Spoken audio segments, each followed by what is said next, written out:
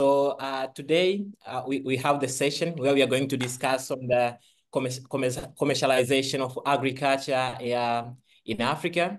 And it's going to be hosted by myself and my co-host, my friend Freddie. So before even we continue, I want to take you through the agenda, what we are going to discuss for the time about 2.5 hours.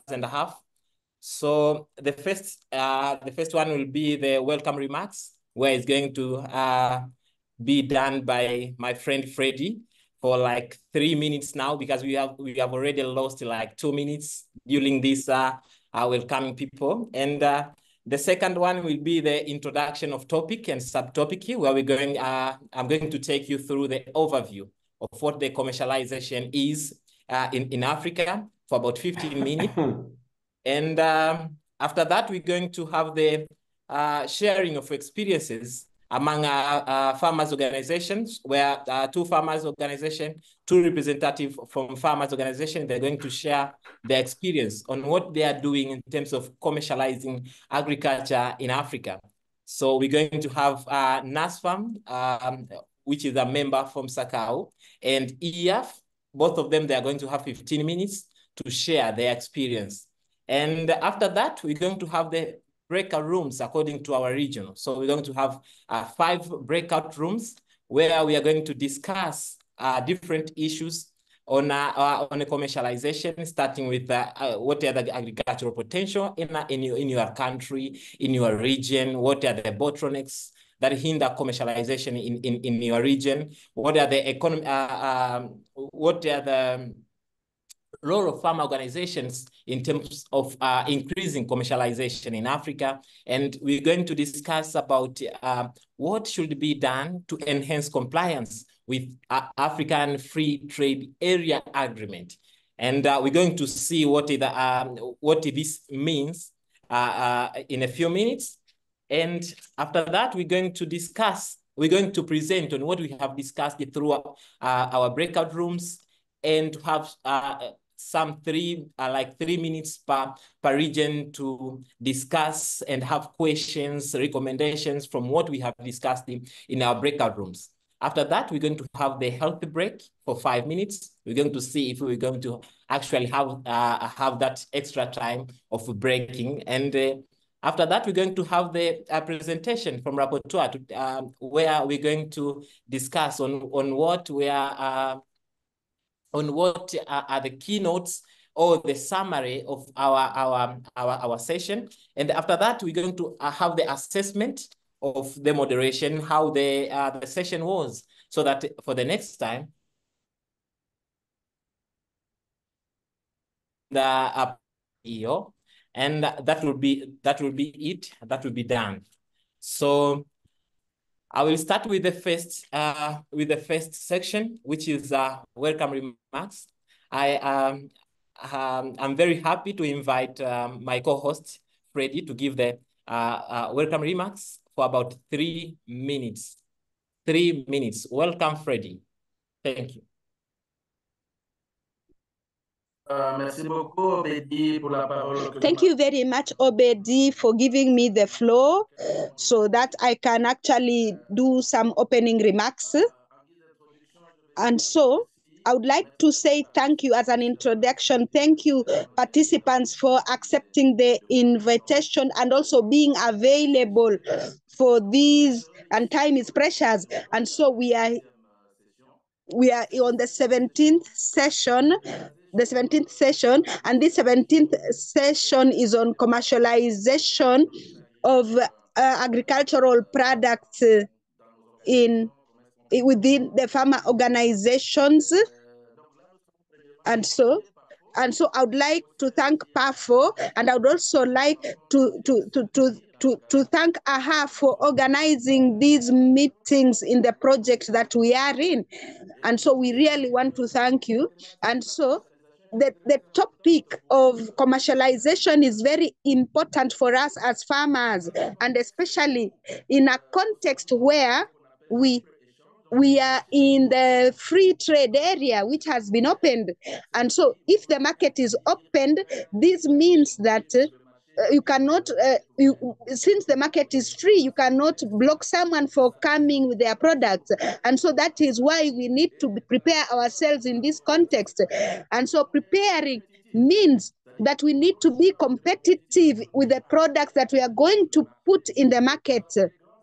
And so we can also work together and even with in Africa with the international community. And so we need to prepare ourselves well. If not, we'll be invaded by other products that will come from outside. And so these countries will come and invade our market with the products that come from out there. So if we are not well prepared. And so in this context, we are here to discuss commercialization of agriculture in Africa.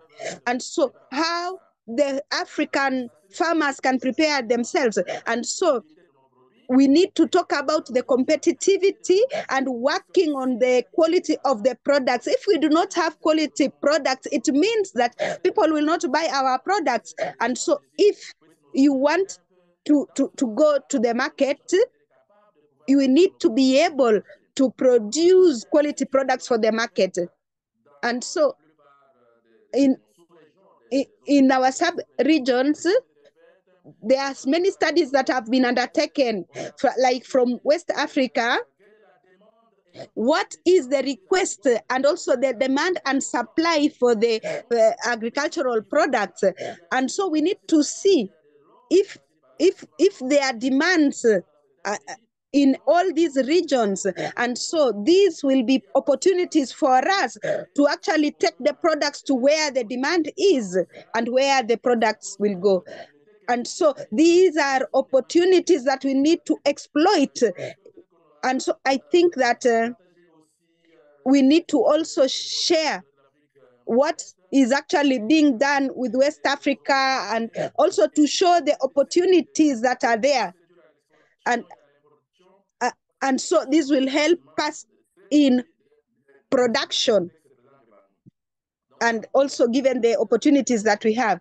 And so I'd like to request you to ensure that we invest ourselves and help our organization so that they can actually profit from the market that is being opened. And this is the topic of commercialization. And so when we talked about strategic planning that was done by Ropa and Umnagri, that is Imelda and Raja who did this, and we did a good session. And so today it is EF and SACAU who are coordinating this topic. And so as opening remarks, I would like to tell you thank you, and I would like to wish you fruitful discussions on behalf of PAFO, on behalf of AHA, and on behalf of EF, and also on behalf of SACAU. Thank you very much. Thank you so much, Freddie, for these good insights and welcome remarks. So because we are out of time, I'm going to take you through the overview of what is going on in terms of commercialization of agriculture. So I'm going to share with you my screen.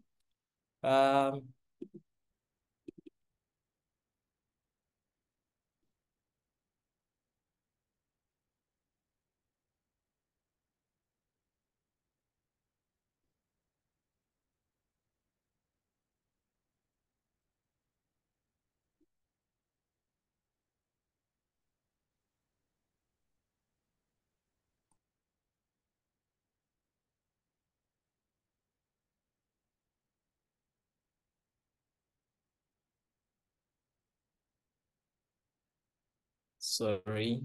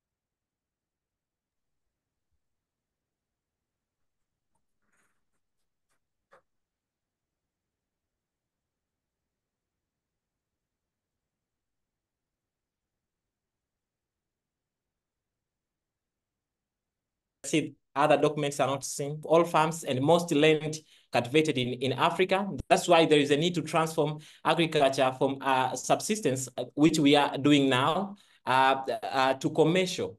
And another one is that 63% of the population in Africa is in rural areas and live largely off agriculture. So we have 63% of people who are depending on agriculture. And currently what they are doing is just, they are farming just for household consumption. So we need to transform them from that mindset to commercial farms. And about 50 million small farms produce the majority of agricultural goods and contributes in some countries to about 90% of the total productions. And about more than 75% of agricultural outputs in countries like in Kenya, in Tanzania, in Ethiopia, and Uganda are produced by smallholder producers. That's why we need to commercialize it, because if you deal with the population of about 75%, means you are transforming not only in terms of being commercial, but also if you really need to eradicate hunger and poverty and boost these trades and investment to increase industrialization, you need to commercialize agriculture. And on top of new productive land and large yields, Africa offers fast-growing consumer markets. So the market is already there.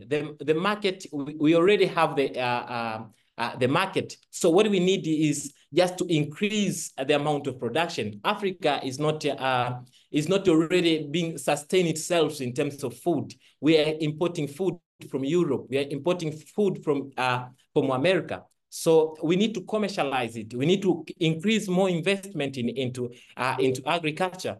And the other reason is that we have very few countries in Africa that have already started to commercialize agriculture. Countries like Zambia, Mozambique, Kenya, Rwanda, and Nigeria have increased the pace of commercialization of agriculture. So what about other countries? Africa has more than 55 countries. What about other countries? So we need to transform. We need to increase more investment. We need to increase more financial resources. We need to increase in terms of capacity building of our farmers, of our processors, in order to commercialize and increase those economic dimensions of agriculture in Africa. So I see maybe later on I can be able to remove those 3 people there. But we are still facing with some challenges in Africa. That's where we are constrained in terms of transforming agriculture to be more commercial. Yeah. So, like currently, it's only 10% of the total land in Africa that is under cultivations.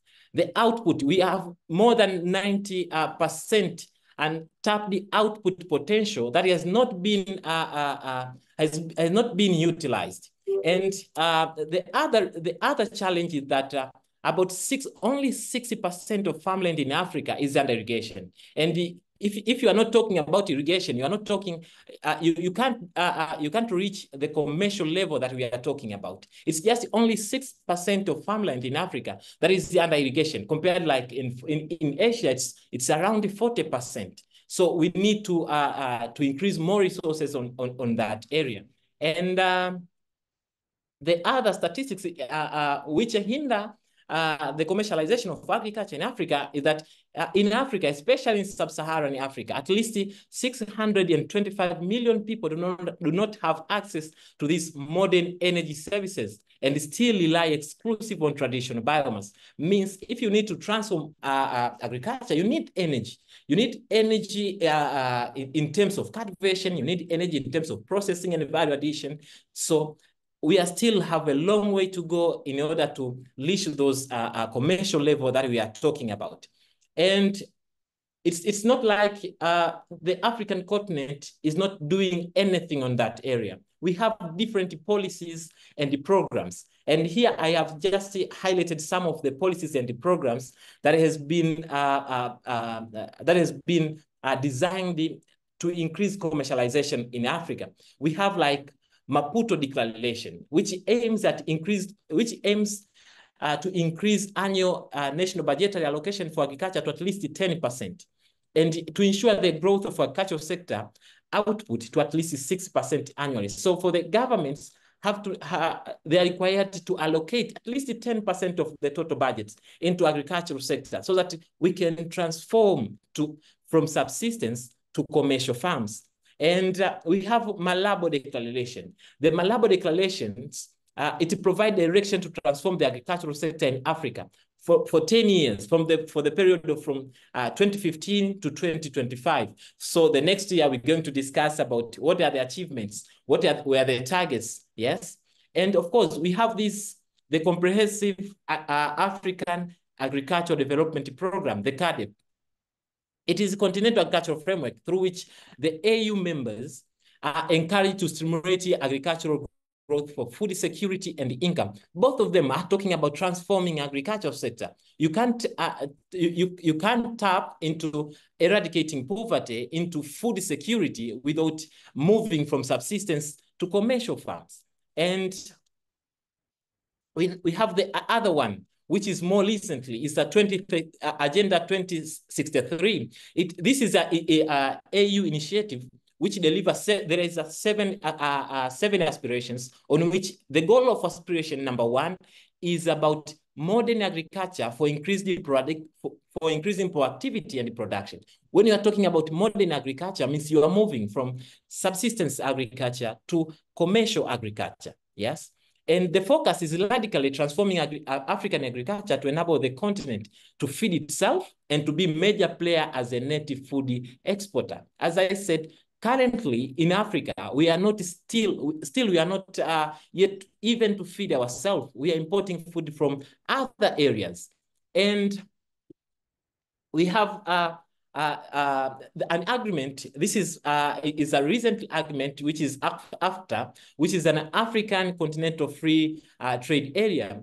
In this agreement, it aims to promote agricultural transformation and growth in Africa, and to contribute to food security as well as improve competitiveness through regional agricultural value chains development, and incentivize critical investments in production and marketing infrastructure. Through the African Continental Free Trade Area, it means the real aim is to allow movement of these goods and services, including people, from one country to another country without having so much barriers, especially trade barriers.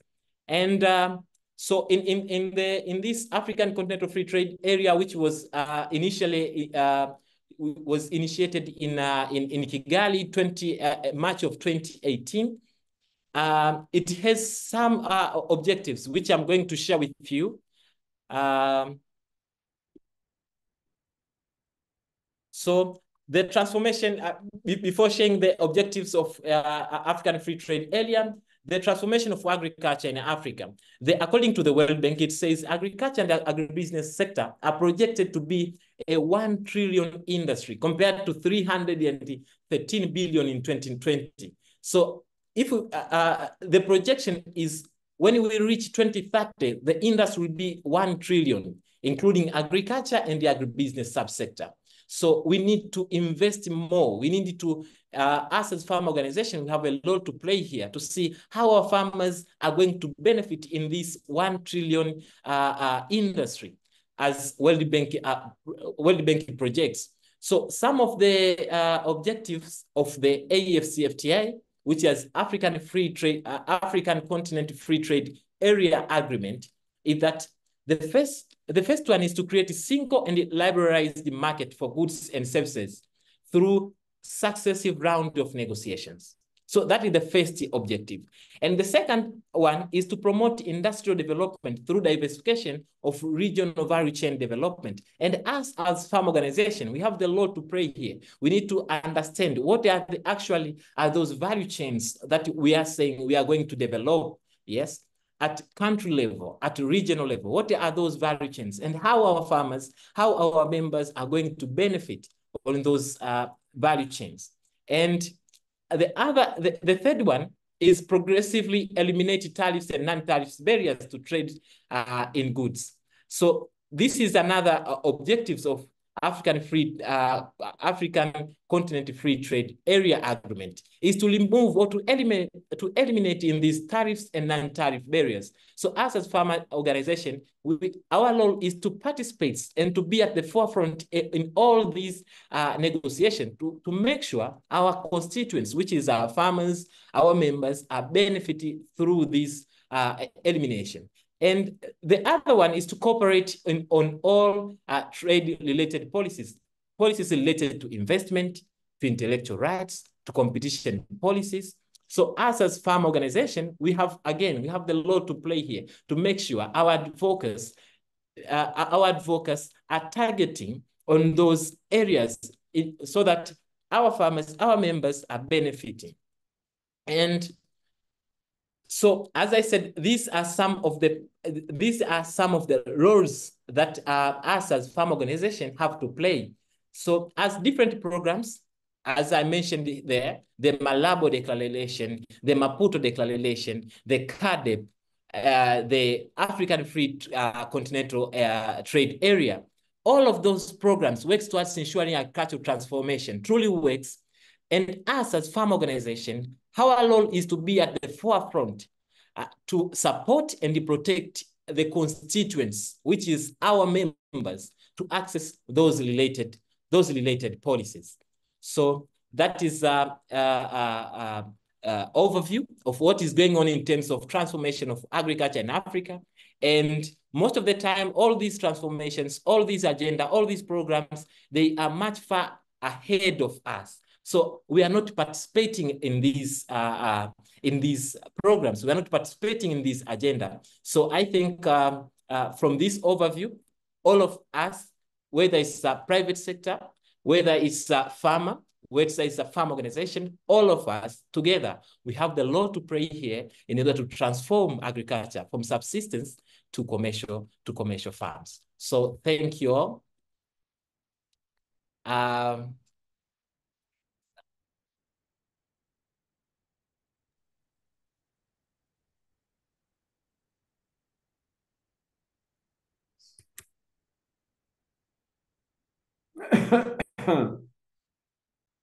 So thank you all. Unfortunately, I'm the one that I'm going to give what is next. We were supposed to internalize what I've shared, but because we are out of time, we are going to internalize after the presentation from our guests from NASFAM, SACAU, where Mrs. NASFAM Mwale is going to present what as NASFAM they are doing in terms of transforming agriculture, in terms of helping smallholder farmers to move from subsistence to commercial farms. And after that, we're going to have 15 minutes where Hilal is going to share what EF is doing in terms of transforming agriculture to commercial industry.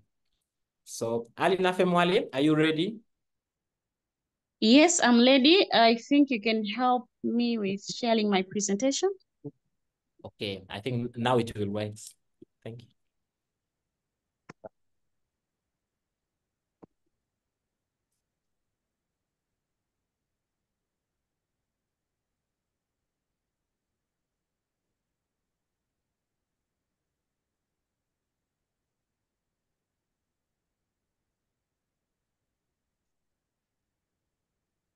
Can you see the screen? Yes. Yes. You may continue. Thank you. Okay, thanks very much. As the moderator has already introduced me, my name is NASFAM Mwale, working with NASFAM, a smallholder farmers organization here in Malawi. Due to the agenda of this meeting today, I will share with you just some of the activities that NASFAM is doing in regard to agricultural commercialization. So I'll be presenting on behalf of NASFAM. You can go to the next slide of it. Okay, just the outline of my presentation. I will share with you our vision and mission as NASFAM, the systems and how we're formed here in Malawi, the value chains that we are working on, the coverage. In outline number 4, I'm going to talk about the concept of today's meeting, agricultural commercialization, whereby we are into processing and marketing of different products from the value chains. I'll also talk of some of the challenges that we have faced through the journey, the opportunities which we have observed in the region as well as national level, and also the suggested way forward as an organization according to how we have walked into agricultural commercialization. You can go to the next slide.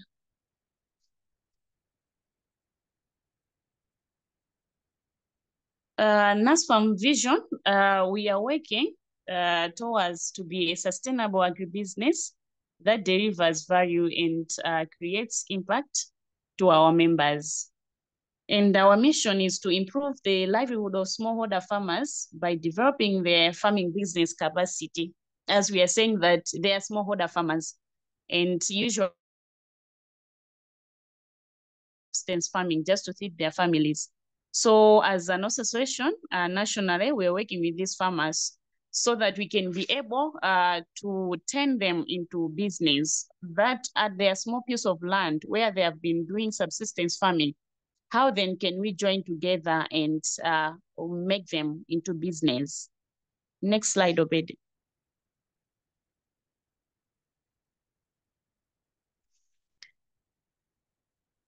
Yeah, that one. Thank you. So just to share with you the outlook of NASFAM, our organization started in Malawi in 1995. And then we started as a project which was being funded by USAID in 1995. And thereafter, in 1997, that's when we formed farmer associations. And then there were 14 of them. And the farmers to the members of these associations were about 12,000. And then in December, the same year, 1997, it's when we formed, we had an AGM now to form a national association. From 1997 to 1998, now we finally registered National Smallholder Farmers Association of Malawi, which was registered under the Trustees Incorporation. And upon operating from 1998 to 2003, we saw lacking in terms of the business side. And that's when now we decided to register a commercial part of NASFAM. We call it NASFAM Commercial. In short, it's just NASCOMEX. So this one, it's a commercial arm of NASFAM, which is fully registered as a limited company doing agro-processing and trading within our national and also regional and accessing other international markets. So how we are working as NASFAM, we have a system whereby we have a body which is NASFAM Trust. NASFAM Trust works with the business side where I have just explained, that's NASCOMEX. From there, we also work with associations which are formed by the smallholder farmers. So at the base of the system, there's a smallholder farmer. Normally here in Malawi, we're a smallholder farmer. We are defining a farmer who has a land of about 0.4 to 2 hectares of land. So every activity happening in the system, we are basing from the smallholder farmer. And currently, presenting now, we are representing more than 100,000 farmers in Malawi. And mainly our goal, we are pushing to improve livelihood of smallholder farmers here in Malawi.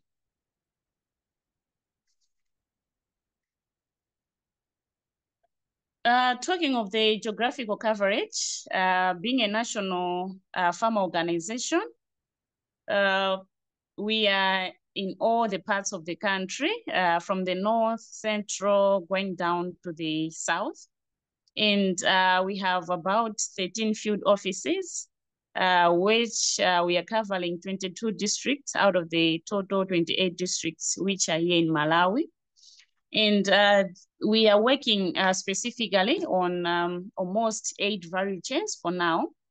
We are into soybean production, pigeon peas production, sunflower, groundnuts, bird's eye chili, rice, sorghum, and common beans.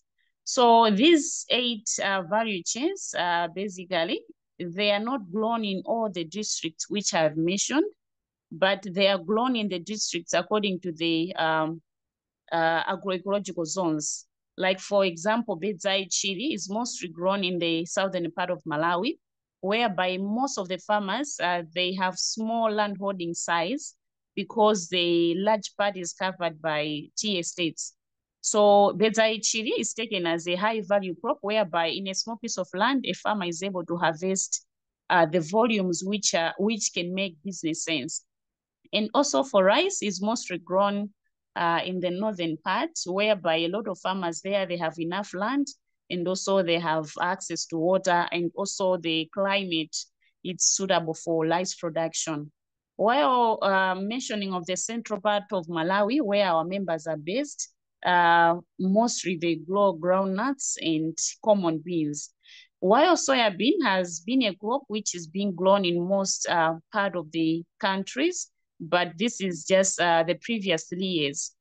And sorghum, it's mostly grown in the southern part as well. This is because of the agroecological zones where our farmers are located into.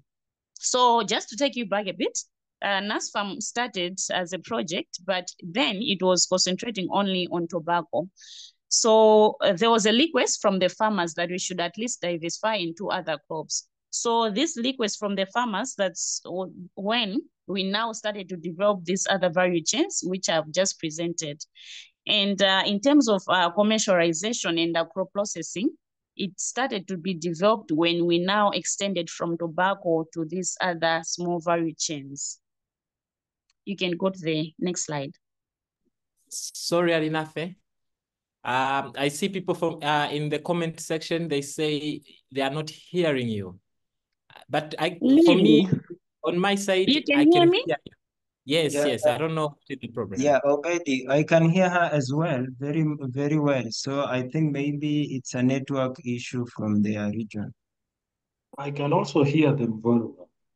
Okay, Yeah. so you can continue. Thank you. Okay, so I can proceed? Yes. All right, thanks very much. Now talking a bit about agricultural commercialization in NASFAM. No, the previous slide. Yes, that one. Talking about commercialization, much as we are into agro-processing, we look at all stages of production of a particular value chains. And this I'm referring to the 8 value chains, which I've just presented here. Meaning that we work with the farmer at production level. So we provide services, extension services, good agricultural practices, and all technologies which are suitable for a farmer so that they can be able to produce enough volumes which can make business sense. So in commercialization, we are concentrating in 3 concepts, making sure that our members, they have increased production at farm level. And after production, we are also working onto processing. From processing, we are also going forward into marketing. So in terms of agro-processing, we are doing it at 2 levels, whereby we have some other processing equipment located right at the farm gate where our farmers are located. For example, we are into Bedzai processing chili sauce. So this factory, it's located down in the southern part of the country. And then after the processing is done at farm gate level, at the field offices there in the southern part of Malawi, it's then transferred to the central office where there's this subsidiary business. And from there, there are other value chains which are being done at national level, like there at NASFAM commercial premises. For example, NASFAM Lice, which is highly selling on the market. This one is done in Lilongwe at our offices at NASFAM commercial, where we have big factories. And also we have pre-processing, which is also done in the field offices. For example, the same lice which I've mentioned, it's pre-processed in the northern part of Malawi, where the lice is being grown. And then as we are doing with the chili sauce, it's also at some point then transferred to the central processing sites at NASFAM Commercial, where now we do the final packaging, the final touches, so that now the product is presentable at national markets as well as international markets.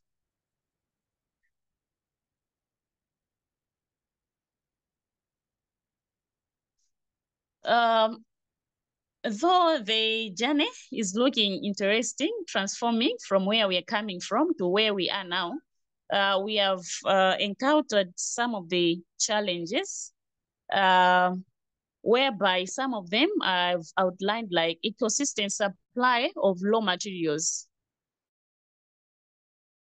or agricultural produce. Whereby the farmers sometimes, maybe because of the weather, they are affected that they cannot be able to meet the target which they are given in the specific associations. And also there are challenges to do with high financing costs, other challenges mentioning like limited access to foreign currency, unstable and unreliable power supply in the processing sites sometimes. And also we have informal importation of agro-processed products, which increases the competition on the market for our products.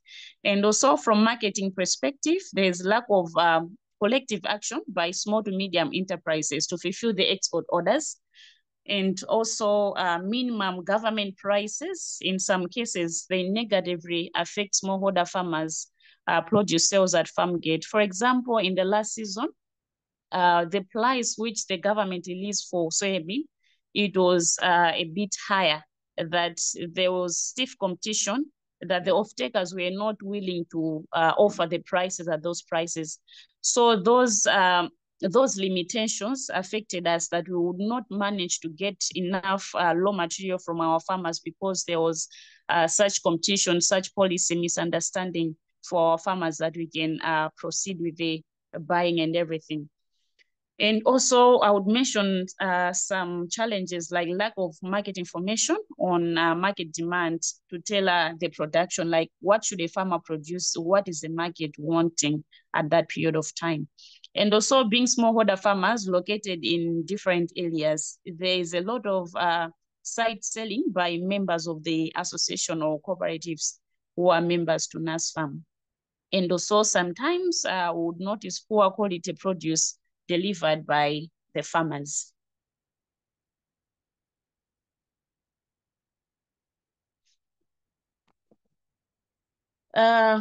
Failure to fulfill export orders by Malawi for agricultural commodities.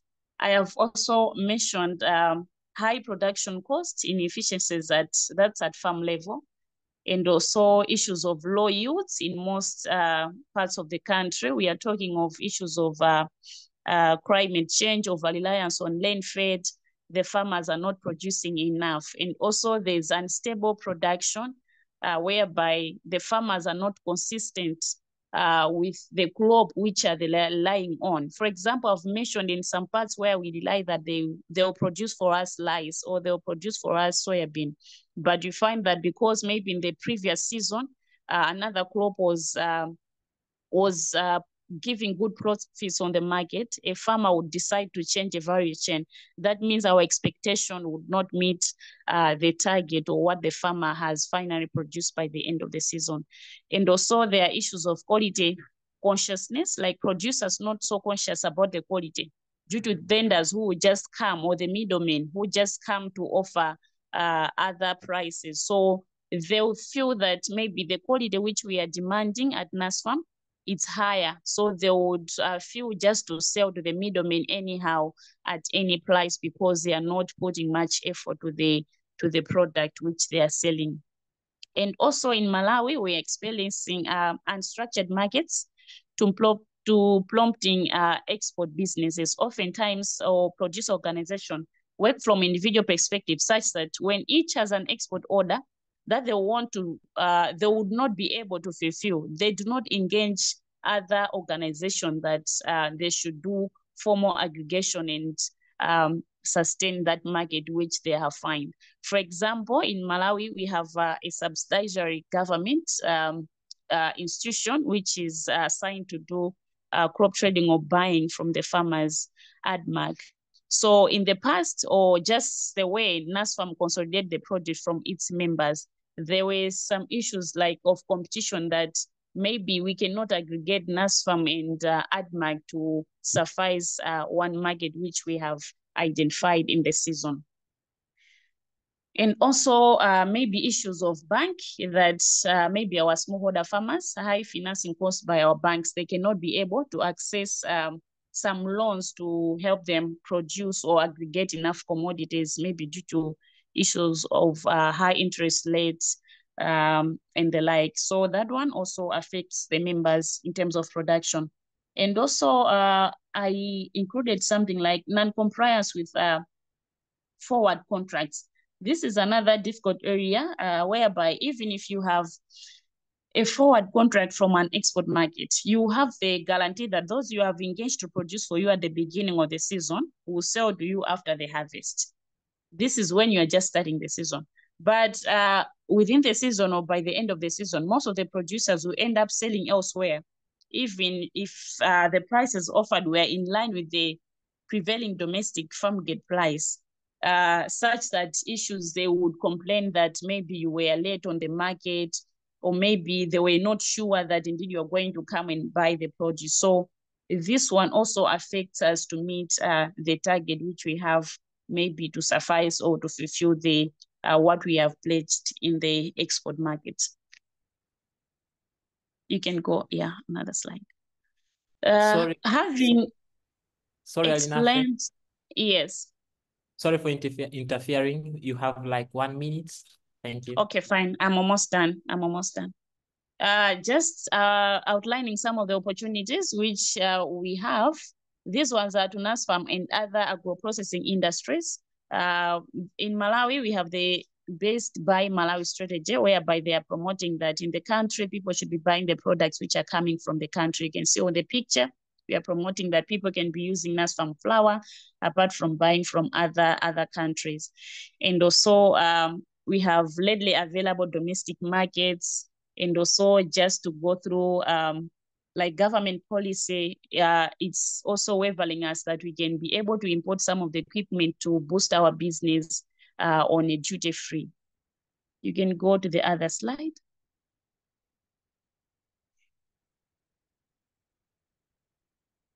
Yeah, just to say some of the way forward, which we thought after facing the challenges and the opportunities, we are working towards making producer models.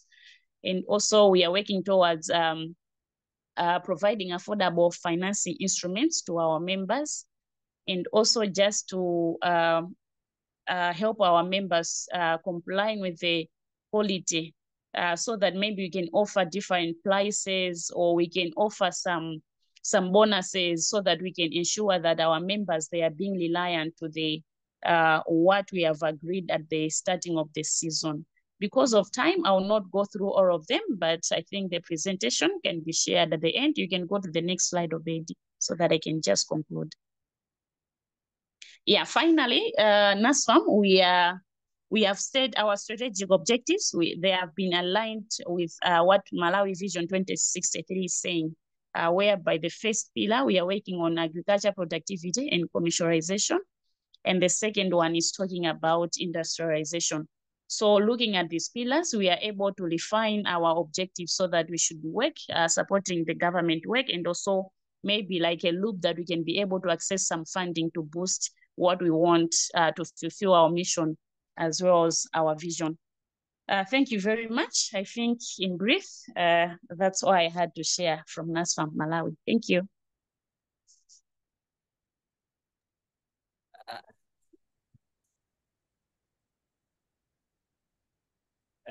Thank you so much, Alinafe, for these good insights. And I think most of them are very productive and eye-opener. Thank you for the good work. Thank you for what you are doing with smallholder farmers in terms of transforming them, helping them to dealing with this, most of the problems that most of farmers are facing, which is poverty and hunger. And I wish you all the best in continuing work. And because I think we have we don't have much time, but I think we will have some time later on for Q&A, recommendations, suggestions. I think a lot of people may have some questions here and there. We will have some time for interaction. For now, I think I can welcome Hilal from EAF so that you can present what you are doing in terms of transforming agriculture in your region. And after that, we have interactive session with other participants. So welcome, Hilal. Are you ready? Yeah, thanks, Obed. So I didn't prepare a presentation, unfortunately. Yeah, but I'll run through what we do as an institute, just to give us a quick overview about what we do. And I hope I'm audible to all the participants. Am I? Yes. Yeah, so thank you. So very quickly, I will first introduce myself. So my name is Hilary Cheruiyot. I work for the Eastern Africa Farmers Federation. The Eastern Africa Farmers Federation, for purposes of those who might not know,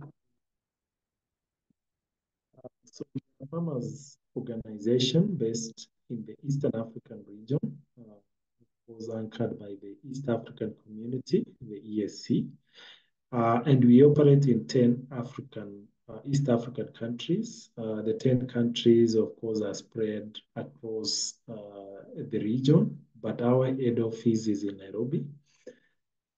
And we work with the farmers associations, Apex National Farmers Federation, more or less how the other institutions will be structured in the different regions across Africa. And so very quickly, because I don't want to take a lot of time introducing what the Farmers Organization does, I will go straight to some of the things that we are doing as an institution. I can hear an echo. Has that echo?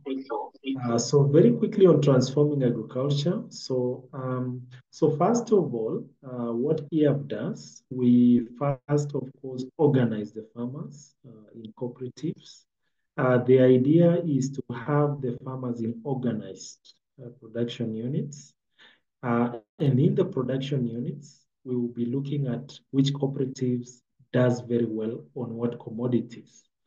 In the African Union, I think there is a talk about the agri-food systems. So these are more or less the chains. So the way we've structured our farmers is to have them in organized units where you can provide a service to them. You can have them again also be in an organized manner where they are even able to get some credits, they are able to aggregate their produce, they are able to learn from each other. So that's the first thing that we do. The second one is, of course, to push. I think for those who are members of PAFO, it's important to note that the Eastern Africa Farmers Federation, through the East African Community, pushed a bill sometimes in 2014 on the Cooperatives Act, which was passed through the East African Legislative Assembly.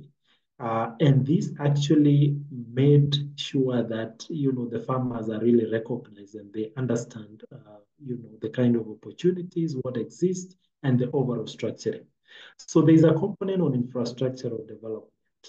So what we do as an institution is again to look at the existing, of course, through a policy aspect, to look at how these farmers are then able to access different infrastructural services. For example, access to better and well-structured stores or aggregation warehouses where they can put together their commodities. Now, the third thing we do is to build capacity. So we try as much as possible to build capacity of our farmers to understand the trade policies, to understand the trade standards and requirements, for the different commodities. We also try as much as possible to ensure that, in the process of, the supply and demand in terms of trade, for example, the African Continental Free Trade Area, what are the modalities to then access these specific markets? Okay, so that's the other thing that we do. We also try as much as possible to make sure that the farmers are able to access economic services. So by economic services, I'm talking about aspects of e-extension services, which again doubles up to support them in the process of productivity. I'm looking at credit service provision. I'm looking at reliable markets for the commodities. I'm also looking at other support services, for example, the warehouse, and then quality inputs in terms of the e-subsidization, cheaper credit or finance services. Then I'm also looking at very important, I'm also looking at the overall continuity and the data that relates to productivity, where if there is a market, for example, in Zambia for, say, avocado farming. So how are the farmers? Do we have the statistics in terms of the demand? Okay. Now, EF has gone ahead to really register a limited company. So it's called the East African Farmers Federation Limited Company, where we have developed an e-platform. So the e-platform was founded because of the necessity to have the farmers have be able to trade the surplus of their commodity. So the EF Limited does business. So it is the business arm of the organization, which is more of an advocacy and a lobby institution. Now within eGranary, the e-platform, so we have onboarded different service providers, and we attribute to a backward business approach. So the first thing is to first get the market, and then we mobilize the farmers to produce for that specific market. Then the other thing is also to support them through e-extension services. So within the service provision, so we formalize all these partnerships. So we have the financial partner onboarded, we have the mechanization partner onboarded, we have the insurance service provider onboarded. Then we have, all these partners, the transport, the logistics people who are supposed to do the transportation of the commodity, the warehouse people, the people who are concerned with, produce quality, also onboarded. Now, in that process, what we have done, so we've picked out the major commodities, across the East African region. And we are looking at cereal. So our top commodities are actually maize. We are looking at pulses. We are looking at, pulses would be the common beans. You have green grams, you have soybean, rice as well. All these commodities that are mainly the cereals. Now, coming to that, so what we do is from the off-taker, and I talked about the backward approach. So they are able to give a huge demand supply contract. And then now within the cooperative, so you're able to split that supply contract to the different institutions. So what that means is, if, for example, in Uganda, common beans or green grams are the main crop. So you're picking one of your cooperatives or several of your cooperatives there, and then you are now subcontracting them to produce for that specific market. So the reason why the contract is so, it makes a lot of sense to have the contract is because one is the price volatility. So each of the contracts would have a price fixed. So there's a minimum for price in the contract. So when they produce, of course, you walk the journey with the farmers. What that means is, so from the point of planting, the financial institution will provide funds for the farmers or for the cooperative members to be able to now produce the commodity. So, and the way the financing is done is actually in kind. So you have the fertilizer person bringing in the fertilizer, the seed person bringing in the seeds, and then the agrochemical person also is onboarded. So at the end of the season, when they supply the produce or the commodity, so they are paid for the money. Okay, so that's essentially how it is. And I see Obed is raising up his hand. I don't know whether it's he might want to ask something. No, Hilal, you have like 2 minutes. Thank you. All right, thank you. So I just wanted to quickly run through some of the challenges when it comes to transforming agriculture, because I thought it would be important to mention these challenges that, as farmers organization, we need to sort out. So very quickly, so you understand how the model works, but the major challenges then. So the first one is on the price volatility. So some of these commodities have actually had the costs or the prices changing within a very short time. So what needs to happen is there a way we can be able to do this? So we try as much as possible to enhance the contract farm or the contract arrangements to have the commodities taken up or already having a market, that is intended for that commodity. The second one is, of course, the understanding of the market standards and the quality. So most of the farmers do not understand the international market standards. For example, at the ESC, we have the market standards, but how many of the cooperatives, how many of the farmers understand, what market standards for specific commodities? So it's an area where we might want to still look at them. And then again, there are so many tariffs. Of course, there are the non-trade tariffs, then there are the trade tariffs that are imposed, even at the border points. So these are the major ones that I really wanted to highlight.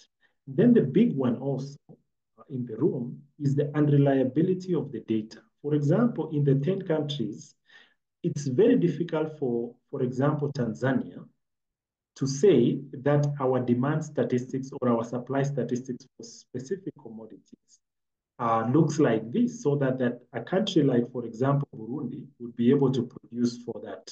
So there is a missing link between the existing data on productivity and the data on the supply. Then the other one is, of course, there is no finance. So a lot of the production that is happening in the East African region, there is a huge gap when it comes to financing. So financing in the sense that the cost of the credit is so huge. And then number two, the modalities to even access that finance is very difficult. So for example, we had tried this with some cooperatives, but the modalities and the guarantee that is required does not allow the cooperatives to really, come up with tangible, efficient ways of having access to this. So those are the main things that I really wanted to highlight. But before I end, allow me to make this sentence that by putting together the different units, organizing the farmers, onboarding and having a business model that accommodates the different economic service providers, would really be a breakthrough in terms of transforming agriculture. Look at the challenges that come in, like climate change, for example. So you need funds to mitigate or to adapt to climate change. But if the business model doesn't allow the farmers to first make the surpluses, be able to make a coin out of that, then there is a missing value to even the agricultural practice where they are able to adapt. So transforming agriculture is, and it's not a one-man or a one-system approach. It has to be awesome. It has to onboard both the private sector, the civil society, all these service providers put together. That's what I wanted to discuss this afternoon. And thank you so much for taking a lot of time. Thanks. Yeah. Thank you so much, Hilal, for these good, insightful points. I know EAF, you are doing a lot of work, and I'm not mentioning it because we are the members of EAF, no, but because of what you are really doing, what are the efforts you are putting in front in order to help these smaller farmers and agribusiness subsector in general. So as I said, we're going to have this. We have already had these two presentations from NASFAM and the other one from EF. I'm going to steal 5 minutes for the interaction session. I know where I'm going to deduct some time so that we're going to be on time. So 5 minutes, I need to have this subsection of interaction. If you have any questions to ask, like to ask Alinafe about what NASFAM is doing, if you have any recommendation, if you have any observation from what these two presenters have already presented. So if you have any question, please raise your hand and I will allow you to ask or to recommend or to suggest for 5 minutes. So you are welcome.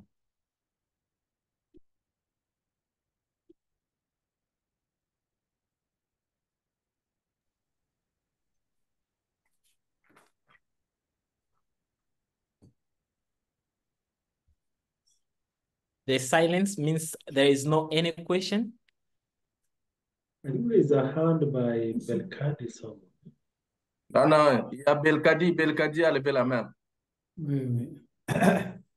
Belkadi has raised his hand. Okay, hello. Yes, Belkadi, Nurdin, you are welcome. Yes, Thank you have the floor. Thank you very much. Merci beaucoup pour Thank you for the presentation. It's very interesting. I would like to ask a question to our friend Alina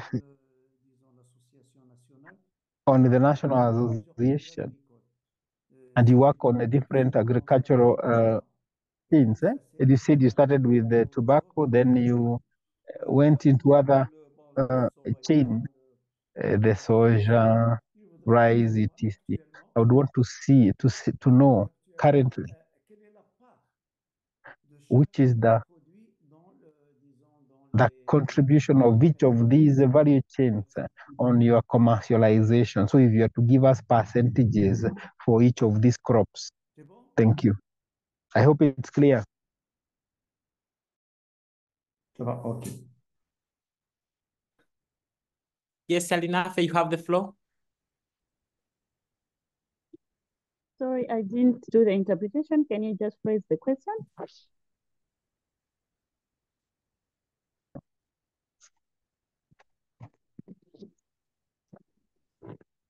The interpretation room, can you repeat the question, please? Hello, Alinafe, can you hear me? Alinafe, can you hear me? Hello, can someone hear me? Yes, I can hear you myself. Can she hear me? Ask her whether she can hear me. Then I can repeat the question for her. Yeah, Alinafe, can she hear us? Maybe Alinafe can disconnect and then connect again, because I've seen that most people are having network issues, but once they reconnect, they just hear. Yeah. So she can't hear for now. Yes, I think Alinafe, so. can you hear? Alinafe, can you hear me? I was saying, yeah, can you do Can you hear me, the interpreter? I did not do Can you? the interpretation when he was asking. The interpreter is trying to. Can you hear me, Alinafe? Can you hear me? Can you hear me, Alinafe? She can't hear me. I think she's not selected English. Alinafe, please select English. If your network is stable, please select English. Michael is trying to. Alinafe, can you hear me? Question. Please select English. Sorry. While we are waiting for Alinafe to connect, can I allow other questions from, hello, Madam Judith. You are welcome. You have the floor.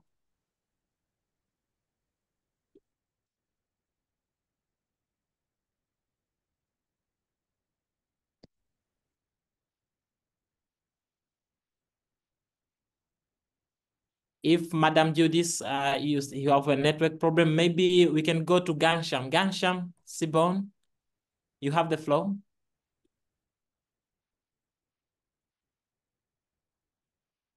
Thank you for giving me the floor.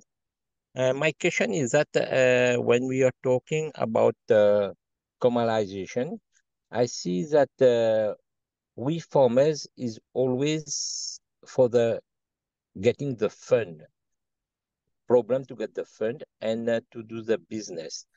And the problem is that always there is other people is coming to be involved. For example, for exportation, they get the margin. They buy from us and then they do they sell. Is it when we are talking, we will do the farmers will do the exportation or the organization will facilitate this commercialization?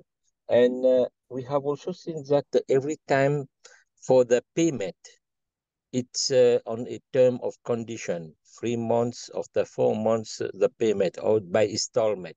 So the farmers is discouraged by this because they need to do other products, but when they sell their products, they have to wait. This is my question: how we will going to tackle it? How it will be? The process will be. That is my question. Thank you. Thank you, Gansham. Alinafe and Hilal. Hilal.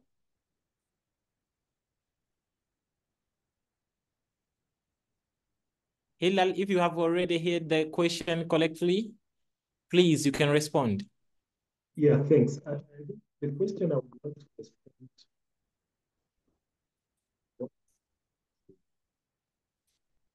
so it looks like the transformation of agriculture is limited by access to finance. So I would want to share the experience we've had at EF. When we started this business model with the e-granary, the e-platform, where we are onboarding the different service providers, it was very easy to really have the farmers understand the modalities and the requirements to access this. Now, out of that, we were able to formalize the partnerships. So I agree, it's a challenge to have availability of resources in unlocking and transforming agriculture, but it goes a long way with organizing and bringing together the different stakeholders who are involved along the value chain. Yeah. Now, there's a study we did with EF, and this is to just understand the business environment within the Eastern Africa region. Now, what we noted was most of these institutions require security as one of the guarantee itself, and the process of even availing the funds became out as the most challenge, especially where the farmers are involved. Now, other challenges that came up were the nature with which rain-fed agriculture is what is relied upon in the East African region, brought about the challenge. So the answer to the question is, can we think about ways of having policies and also having formal partnerships that can bring together the stakeholders, and then policies that bring about infrastructure that support agriculture to be classified not as a risky venture, but as a venture that can enhance and ensure productivity. Yeah. So that's the response I will give to the last question. I think the other one was more specific on the data, where they are asking about the Malawian institution in terms of the percentages. So very quickly for the percentages in the East Africa. So for the crops, I see the cereal crops, it is pegged to, you have the food crops having more higher percentage. Like for the cereals and maize, in Kenya and Uganda, for example, and Tanzania, you find there is more productivity of grains. So you have more than 50% being made up of maize, you have beans, you have wheat, you have rice, all those commodities that are cereals as opposed to the horticultural produce, which pays better but the investment is a bit higher. So those are my responses. Thank you. Thank you, Hilal, for the good response. I'm sorry. I know we still have a lot of questions, and we need much more interaction than this. But because of time limit, allow me to take you into the next section where we are going to have more discussion about what we have already started discussing here. So we're going to have 4 breakout rooms, 2 for English speaking and 2 for French speaking. And in these breakout rooms, we're going to discuss 4 questions. And it's not about questions, it's just it's a roadmap on what we are going to discuss. It's not about answering questions. It's about reflecting of what is going on and what, as farm organization or as stakeholders in the agricultural sector, we are required to do. So the questions is going to be, what are the agricultural potential in your region? Whether it's a country, it's a region, it's your area. What is the agricultural potential? And the second one will be the bottlenecks. What are the constraints hindering commercialization of agriculture? We have already started to mention here, like issues of finance. So what are the others that hinder commercialization of agriculture in your region? And the third one will be us as farm organization, what will be our role to play here in order to increase or to boost commercialization of agriculture? And the fourth one will be, what should be done by farm organization to enhance compliance with African Continent Free Trade Area Agreement for boosting agricultural produce in the global market? So Zuberi, can you please prepare the breakout rooms so that people can join? You will join according to your language. What choose between the 2 groups. If you speak French, you can choose between those 2 groups. I've already shared the document, which is I've shared 3 documents: the NASFAM presentation, overview presentation, and these questions that we are going to discuss in the breakout rooms. I've shared all of them through the chats. So Zuberi, can you confirm that you have already created those 4 breakout rooms so that people can join? Yes, already I have created the breakout rooms. So they just go down on the 3 dots and they go to breakout rooms and they will find all the 4 rooms there so that they can join any. Or if they have any issues, they can just ask us to help them, whichever group they want to join.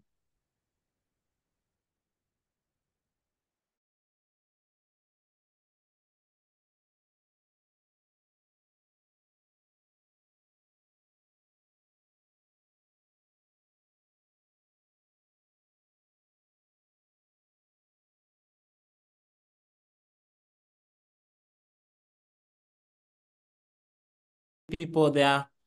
On n'a pas encore terminé, hein? C'est dommage. People they are moving from the breakout rooms. So the next section, we are going to present on what we have discussed in our breakout rooms. We had 4 breakout rooms, 2 English speaking and 2 French speaking groups. So I will start with the first group, the first English speaking group. After this, the next one will be the first French speaking group. So the first English speaking group, you have the floor. The rapporteur from the first English speaking group. You're welcome. Yeah, thank you so much, Albert. So I'll present on behalf of the team. And whatever I'm going to present is what we've discussed. If they have additions that they can quickly maybe supplement what I've said. So very quickly, I'm trying to get that document. So I don't know. Well, I don't see that document now. Minutes. Should be able to see it.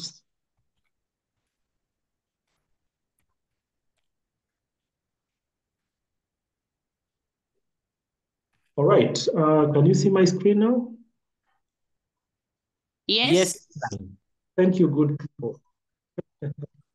Yeah, so in terms of what is the agricultural potential, so I'll run through this very fast. So the agricultural potential within the African continent, so we have less productivity. Examples are given of Mauritius, where food consumption comes from China, from India, from Europe. So you realize that, good quality production is not what has been explored. There are no branding and marketing. The prices are not very competitive. The other potential is on processing opportunities. Cheaper raw materials also available within the continent. Then there is private comparison. Of course, there is a comparison between the different private sector actors, and then the market processing also, which is localized. So there is an opportunity to process at the local level. And then, of course, value addition also is one of the potential areas. Then capacity among the farmers to sell to foreign markets is also one of the potential components. What constraints then do we have? So one is the youth involvement in agricultural transformation. So the youth are not involved. There is a huge knowledge gap when it comes to trade and the marketing. So the protocols, the packaging, the marketing is where there is a huge gap when it comes to it. And then infrastructure and logistical support also within the continent is still lacking. Then the policies, you find that there is a poor understanding of the policies, there is poor implementation, yet the policies do exist. And then most of agriculture donors are 100% supported. So the constraint is when the donors pull out their resources, and then it becomes a challenge because you are actually brought at the carpet because you do not have resources. So that's one of the other challenges. Then the last challenge or the constraint is the orientation of the market. So there is a huge gap when it comes to the data because there are no market information. So if I need like 1,000 tons of rice in Kenya, for example, Tanzania is not able to tell me that our production statistics look like this. Then what can the farmers organization do in transforming agriculture? So number one is to promote local production, the need for policies to discourage importation and encourage local production. Then number two is the capacity building among farmers' organizations. So it's important to identify the strengths and the weaknesses of different institutions or member organizations of PAFO to then be able to bring about the transformation. It's also important, and what the farmers' organization can do is to encourage the youth to participate in agriculture. Remember digitization, for example. The youth are the ones who can be the champions of this. So how do you have them really participate? And then the other role is to formalize production and trade through contracts. I talked about an example of the Eastern Africa Farmers Federation coming in and bringing together the different private sector providers just to read from the same page. So our role is to formalize and have contracts on this. And then the last one is on the role of farmer organization is to have platforms with information supplies and demands in the countries. So can we have sharing knowledge or information sharing platforms that are able to inform, production, trade, commodity, statistics on how then we can trade together.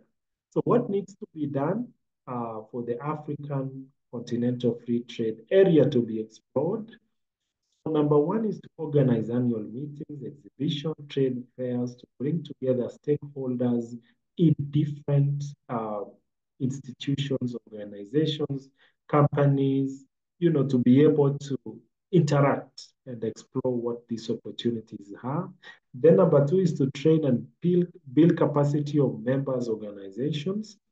Then number 3 is to allocate resources, efficient trading and marketing for the exploration. So we need to add in a lot of resources to really make a good understanding of what AfCFTA is all about.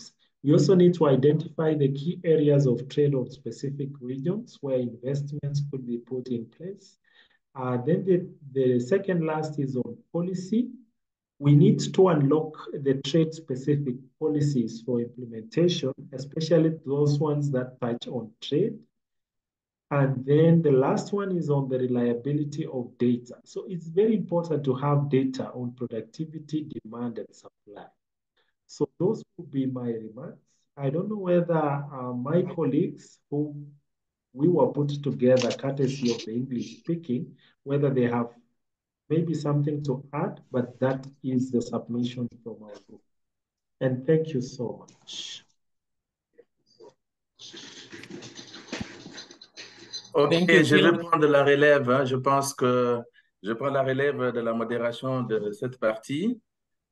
For this part, and so that we can give Obedi time to breathe. Thank you very much, Hilary, for the presentation of the results of the first group. And then very quickly, we can go to the first French group, and the first Francophone group can actually take the floor to present their work. So the rapporteur of the first group, and so for the first group, if there are things that you would like to add, you can actually add as we are waiting for the rapporteur of the first Francophone group.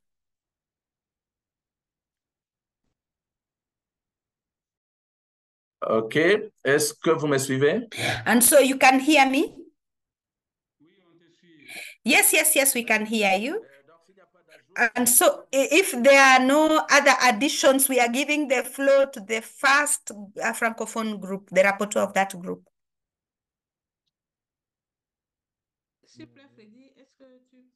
So Freddy, so we did not know which group is the first and the second. And so you are the first Francophone group, yes. And so, yes. And so are you the rapporteur, so you can continue? You have 8 minutes to do that. And so I would like to share my screen. And so, Madame, yeah, because we do not have enough time in the group, I could actually add elements. And I have done that through chat. And so once I finish the presentation, we can do the additions. So thank you very much.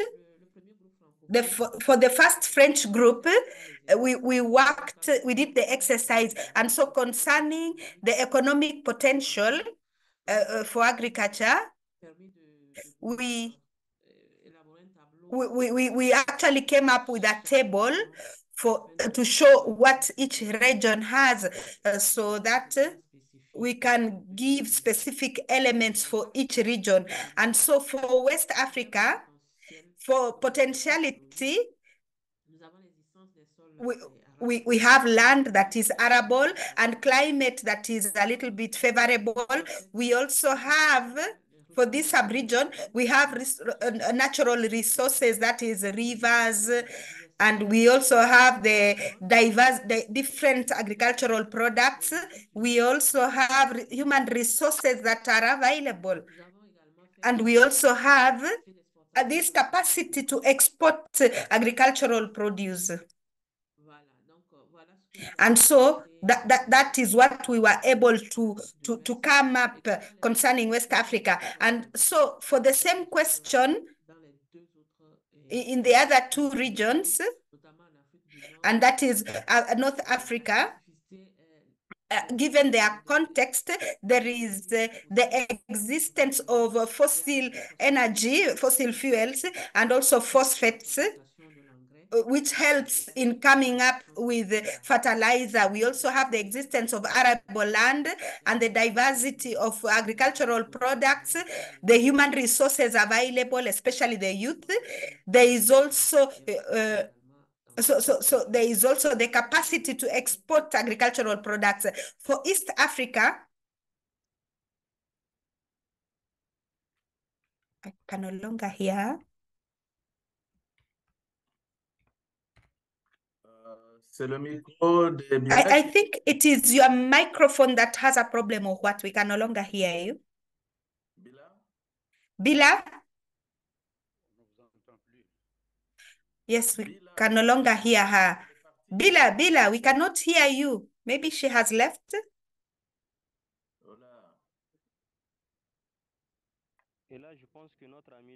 And so our friend from North Africa can actually do the presentation, because there is a third and the fourth point that he did in charter. So that will help us to save time.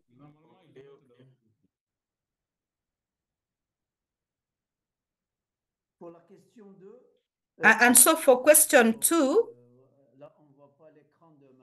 we cannot see the screen of Madame, and so it was on road. That was on the challenges, the constraints. We have the problem of conflicts and also political conflicts. And for the third question, there is also climate change. Yes, we also have the problem of the supply, given the climate change and also the droughts.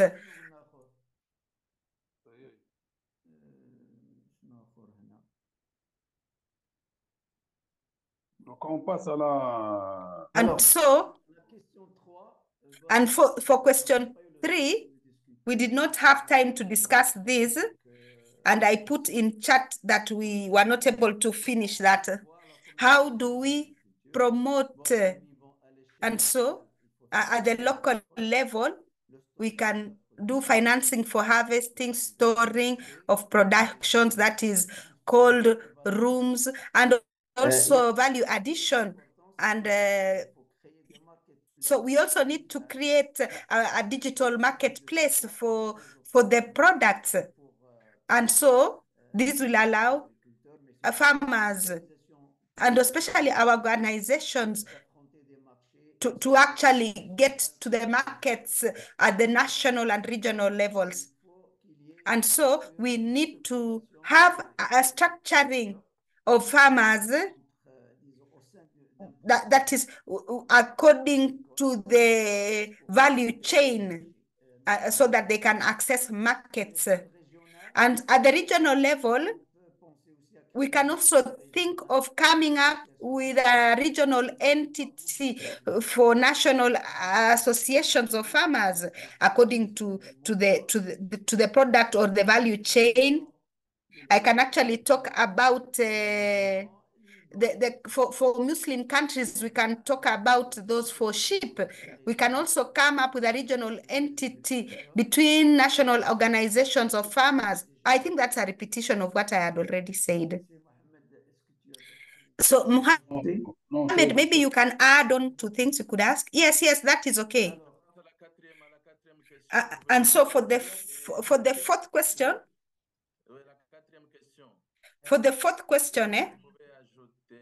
you could add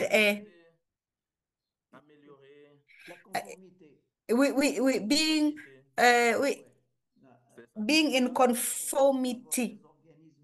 We could have the organizations that could give certification so that we can conform to the quality and also the standards of products. So once we have these organs, we could also have, yes, there's also training. Yes, and also training on that, that is within every region. And so that we can translate what what has been agreed on AfCFTA. And so the francophone, if the francophone group has finished, the others, if you do not have other elements to add, we can move on. So what we are going to do, you take all the elements that you have added as Bila was actually lost. You can give these elements to Bila so that we can insert it in the document that Bila worked on. And so we are going to move on to the second group, the second Anglophone group. So the floor is yours to present your work. And so the rapporteur of the second Anglophone group, the floor is yours.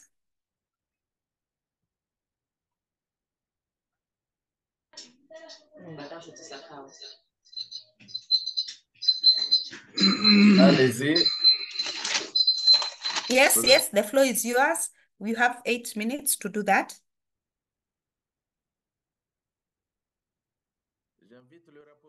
So I'm giving the floor to the rapporteur of the second Anglophone group. Oh, thank you so much. Can you hear me? Yeah. Hello? Yes, we can hear you. Yeah. Can you hear me? Yeah. Yes, we can hear you. All right, thank you so much. I'm representing SACAU. Okay, on the first question, which is about what are the agricultural economic potential in our region? We found that there is a rise in middle class in Southern Africa, so that actually creates an opportunity for. Actually, that creates an opportunity for many people to invest in agriculture. There is availability of land to expand agricultural production. Therefore, in that case, it will be an opportunity for farmers to invest in more land where they can practice agricultural production. There are also storage facilities where they provide, where they assist farmers in storing their produce once they have harvested, so they can store them in silos and other storage facilities that can farmers use to store their harvest. Generally, the region is food importer, thus increasing food production in area of production. There is also an opportunity in technology and infrastructure investments that creates an opportunity for farmers actually to learn how they can ease production, just like when they want to produce massively. They will be able to learn how to use machinery and be able to cultivate a large area, or like with many hectares of land can be cultivated, or they can practice their agricultural activities in a large area, because machinery actually can be used to advance production. There is also an availability of natural resources such as water resources, and good climate can lead to agricultural productivity. Lastly, the diversification into value-added products such as processed foods can enhance economic potential of agriculture. Moving on to the next question, which was about the challenges hardening commercialization of agriculture. We actually identified that there is a lack of capital. Many farmers find it hard to access finances. Another point was on high capital, on high interest rates.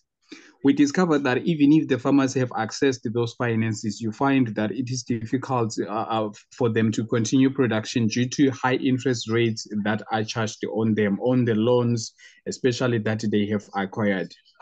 There is also high capital investment needed, such as a plant establishment. We actually noted some heavy plant that was presented previously, and we discovered that there is so much capital needed for that plant to be established and fully functional. There is also financial literacy challenges, because you find that some smallholder farmers find it difficult to have bookkeeping, and you find that they lack bookkeeping skills, especially you find that when an investor comes and wants to invest, there will be those missing proof of records that their businesses are doing well. So definitely they will find it difficult to be able to invest in their businesses. There is also lack of agricultural skills for rural farmers, because you find that rural farmers are they don't access especially training trainings that will equip them and help them have the knowledge on how to produce certain products with certain standards. There is also lack of knowledge in technology exposure. That's difficult for the farmers to adapt on technology use. There is also climate change, which is a very big challenge nowadays. Change and fluctuation of temperatures has really affected many farmers in the region. There is also lack of market information as a last point for this topic. Moving on to the third topic, which was about what are the roles that farmer organizations can do. We discovered that there can be provision of information in market and any other related information that farmers can access. There is also lobby advocacy that the organizations can do, especially in annual policy conferences and general meetings that they usually have a meeting with the ministries and the government. There is also in Lesotho, one member actually highlighted some information that they provide slaughterhouses, especially for that actually provides help for the farmers so that they can be capacitated. They can be assisted on storage facilities and storage information that farmers may need. There is also a responsibility to expose farmers on their production, of which that can be in one way or the other of showcasing the good agricultural practices that farmers are doing in the region, of which that would be the greatest way of marketing them. And then moving on, the fourth, what should be done by farmer organizations in agriculture? We found that provision of training on trade standards can actually enhance farmers' skills. They will be able to provide information for the farmers on what are the requirements that the market needs in accordance to their standard. Because in terms of production, farmers are expected to produce according to the market standard so that they can be able to buy their products. There is also a provision of information on general where they can access the market. We found that farmers can be assisted by a provision of those information centers where they can be able to access the information on what to produce at that particular time so that they can produce according to customer specification and what the market needs at that particular time. Lastly, we also talked about lobby advocacy to the government.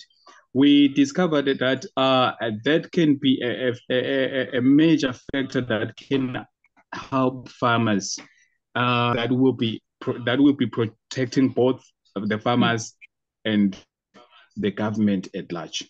Thank you so much. That was our presentation.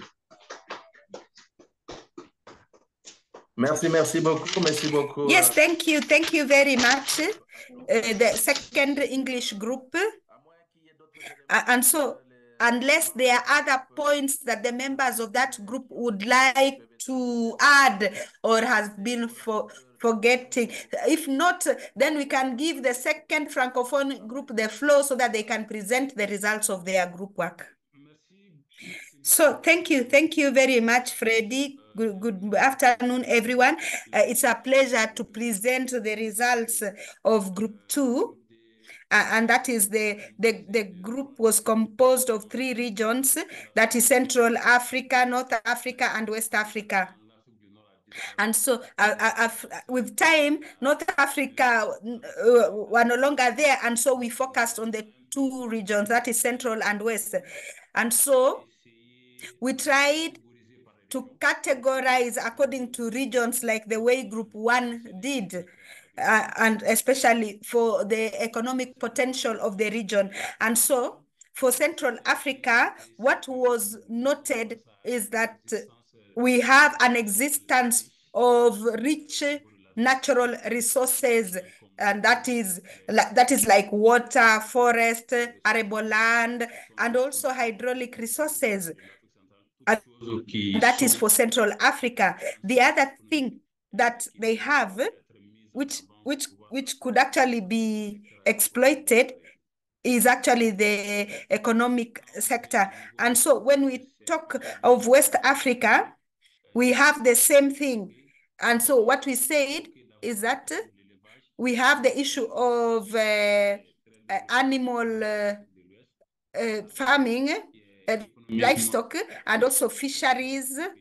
And this is actually developed in West Africa. And we also have a diversity of agricultural products, and this is especially maize, cassava, rice, millet, and sorghum. These are products that are important for food security in West Africa.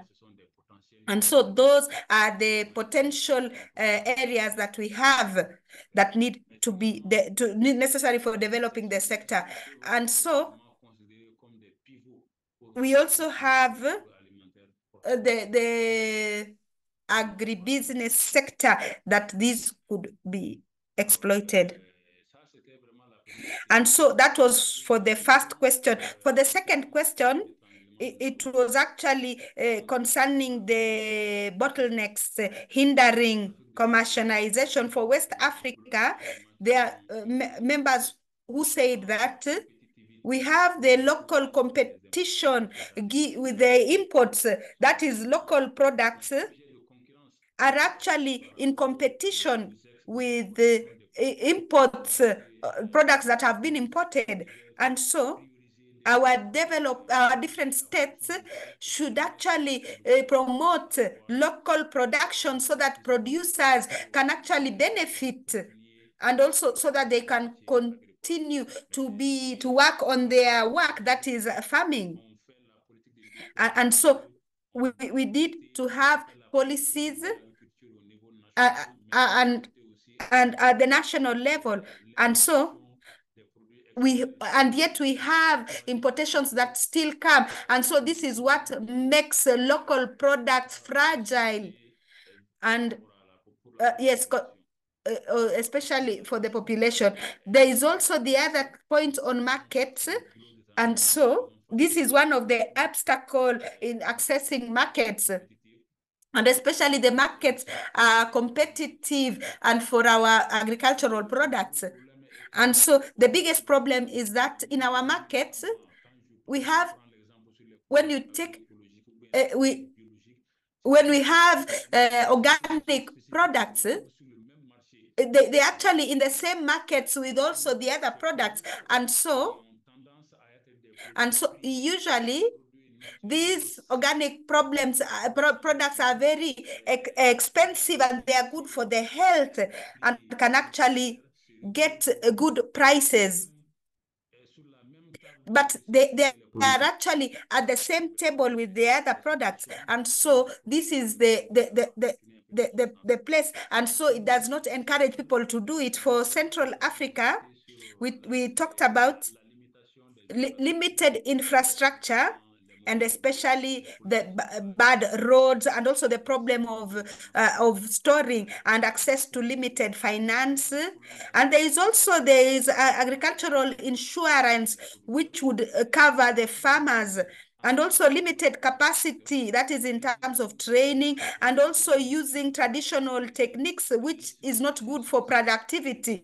There is also insufficient support policies in terms of finances, and so these politics can actually demotivate this production. And also many policies that are overlapping, and so there are others that exist and others come up, and so we are not able to work, and so there's a lot of overlapping in terms of policies. And so quickly, because we do not have time.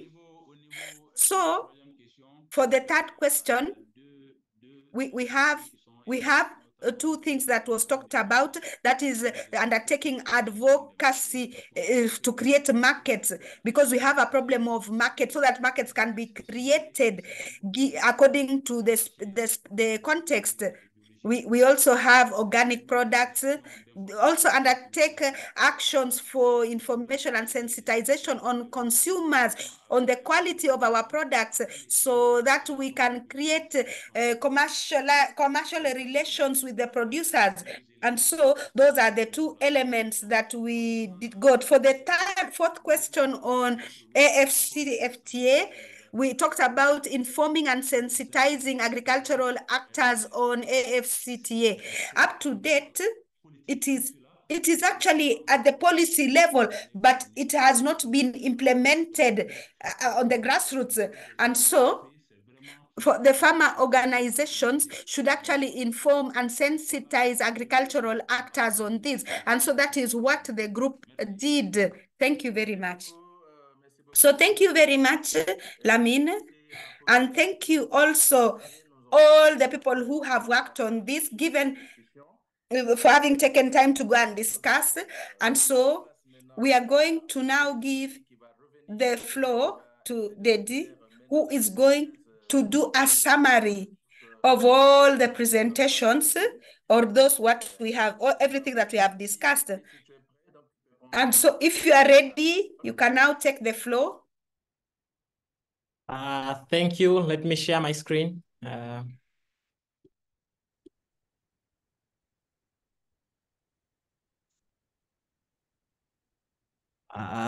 you all see my screen?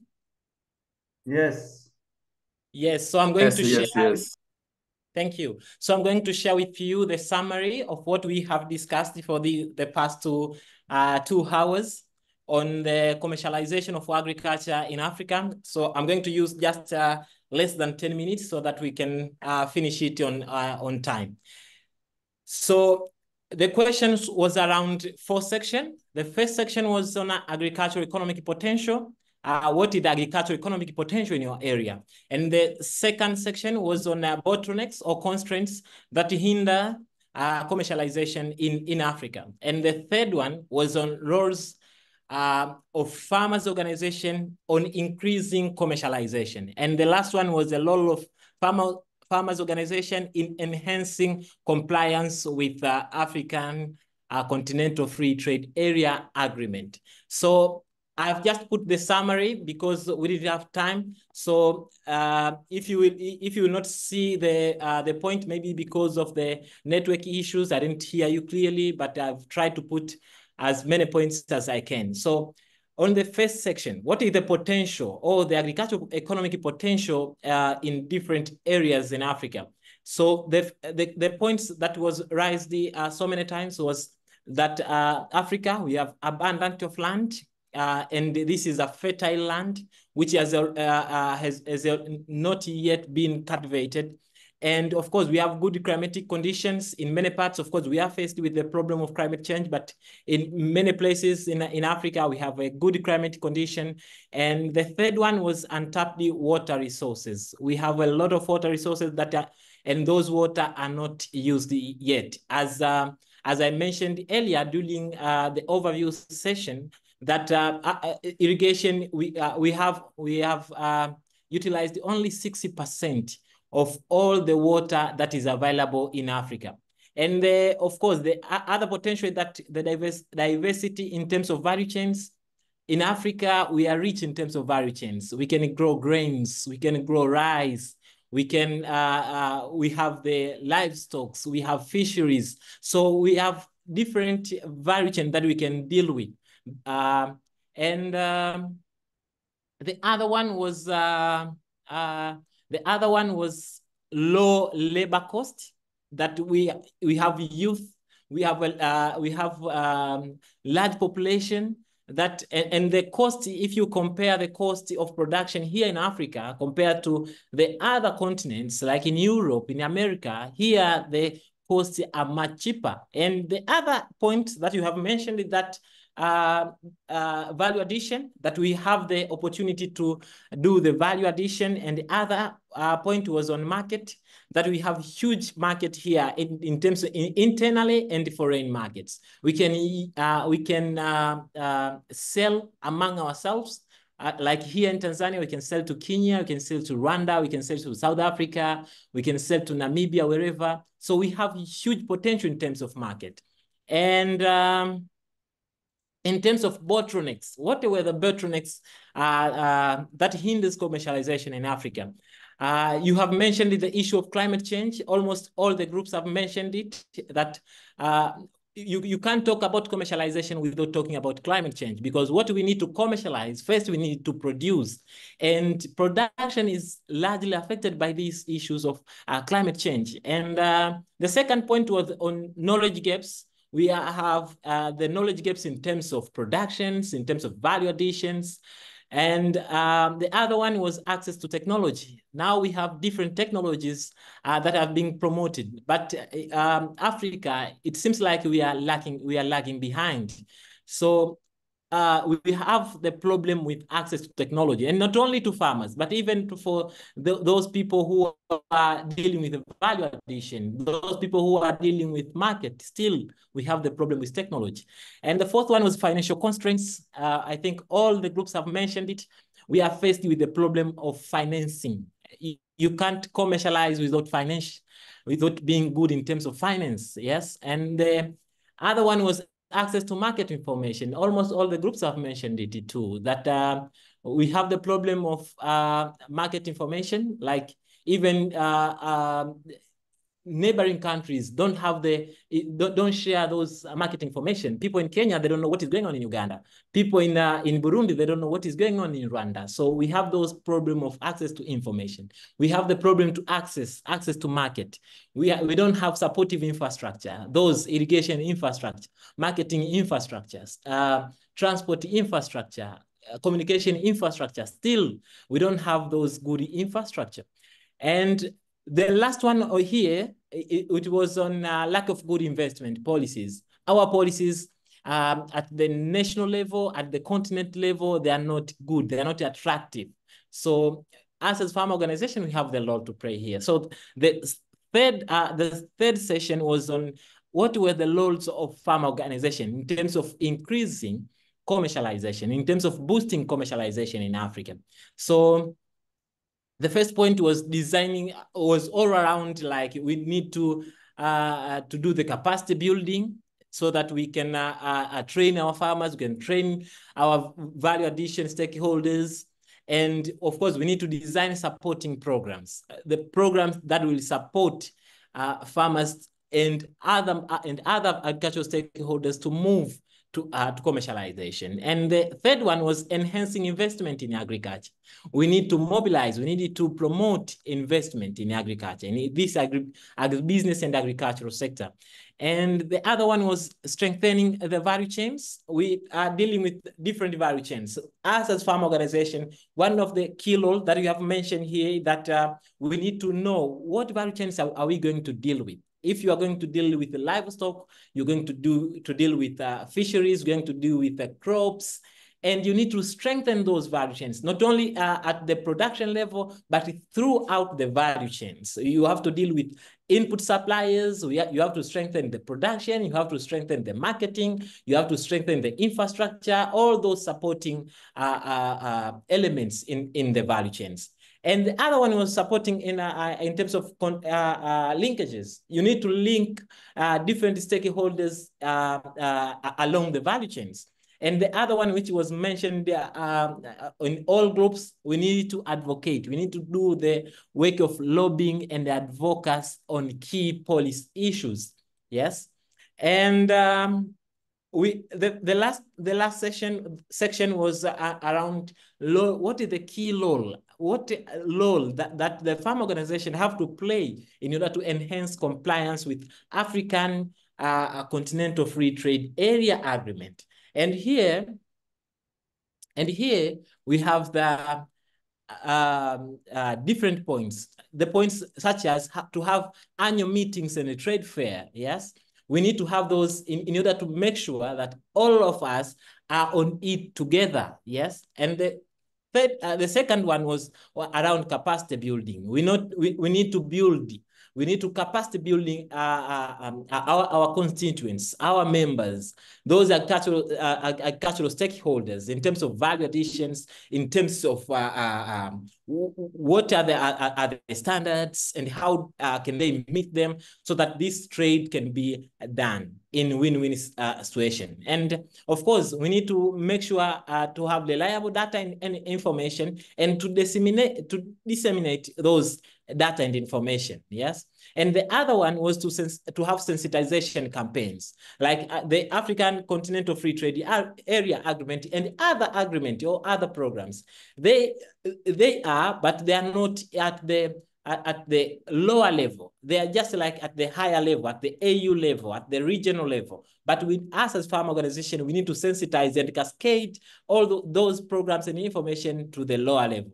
The other one, we have to make sure to disseminate and share those marketing information with our members. And the other one was continuing advocacy. We need to continue lobbying advocacy.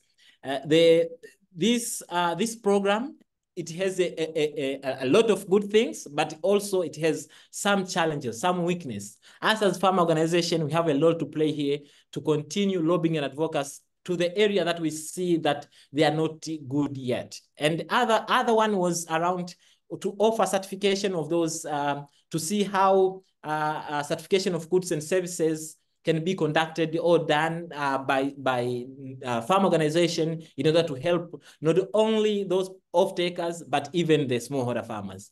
And the last one was mobilizing all other needed support, whether it's a financial, whether it's a human resources. We have to mobilize all the needed support so that we can help our farmers and build the Africa together. So thank you so much. That was it. That was the points that I was able to capture in this short time. Thank you. So Freddie, you have the floor. Merci beaucoup. Thank you very much, Shebedi. Thank you for this excellent presentation that I really appreciate. And also the speed of your presenting, I think you're an expert in that. Thanks a lot. Now I think now we are at the end. We have now actually gone 4 minutes past our time, but I think the topic was so interesting. So thank you very much for the summary. But I think it has now given us everything that we did in the 4 groups. So if there are some things that you think we can add them even later, because this is the end. So now what we're going to do now? We're going to the survey, but before the survey, we give the feedback. But I think we'll organize another meeting next time so that we can have the feedback, know what we can improve in the terms of this meeting. So I invite Julian to guide us on the survey as we usually do it together. Julian is going to explain to us in a few minutes. And as we do this evaluation, when he'll finish, now we'll open our cameras to take a photo, and then PAFO will close the meeting. Julian, you have the floor. Thanks, Freddy. As usual, as you know, we are always asking you and inviting you to participate in a short survey. This helps us and helps the moderators to improve and to understand what went very well, what was very interesting during the session, what have you learned, and what could be discussed next time. So in a few seconds, I will share my screen. I will show you how the survey looks. This time, we're sharing with you 2 links, and you can click on those links, English and French, and you will land on a web page where the survey is, and we kindly ask you to fill out the survey. I will briefly go through the survey and then share the links with you. And just to brief you already now, the idea is to also send you in about 10 months or 12 months again an invitation to the survey and to ask you to reply to the questions again in 10 or 12 months. And this will help us to understand whether the session today has helped you in your daily work or has helped you in your FO, and to get important feedback for the platform. I'm sharing with you now the questionnaire, and I hope you're able to see my screen. Can someone just confirm that it's visible? Vedi, I see your microphone's open. Is it visible for you? Oui, on voit. Yes. Thank you so much. All right. Basically, there are 2 sections you see here. A, personal capacities, A, and then B, this is the second section. Let me briefly explain the questions in section A. So you see here A1, we ask you, first of all, how you assess the knowledge of today's topic, commercialization of agriculture, before the session. So before you joined the session, and we ask you to evaluate the knowledge of today's session on a scale of 0, meaning 0, no knowledge at all, to 10, meaning perfectly knowledgeable about the topic. So you can click on the scale here, and you can also make it go away again. And in the second question, we ask you how you would assess your knowledge after the session. So now, 2 hours, 30 minutes after the session, how would you assess your knowledge? Again, 0, no knowledge at all, and 10, perfectly knowledgeable about the session. Then second question, the gaps that you had in this area, have they been filled? If not, what are still gaps in the session? And third question, how you would evaluate the understanding of the topic. And fourth question, how well you feel connected with other members of farmers organization. So we ask you to kindly reply to this question as well. And what were the highlights of today's session? So you see 5 questions, and in the last section, we ask you to kindly fill out the section on the name, age, gender, country, and the farmers organization. I'm stopping the screen sharing. I'm sharing the links with you in the chat. I'm asking you now to click on the links for English and French, and this will lead you to the web page where you can fill out the questionnaire. If you have any questions regarding the questionnaire, please feel free to ask them now. I'm happy to answer those questions.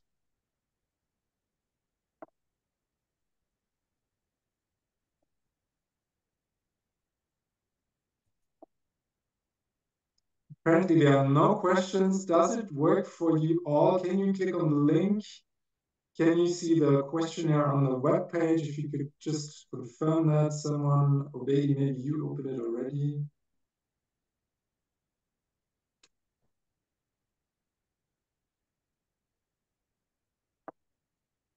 Or anyone else who clicks on the link. Julien? Yes, Lamine. Oui, quand on regarde, il y a une question qui est répétée. There's a question that is repeated, the first and the second. No, I see it is before and after. But the question is, from this video, where are the gaps filled during the session? Okay, it is before and after, but the same question. It is actually the same question. So you now assess your knowledge, your competence before the session, your knowledge before the session, and after the session. Donc, c'est compréhensible maintenant ou... I hope it is clear now. It's okay.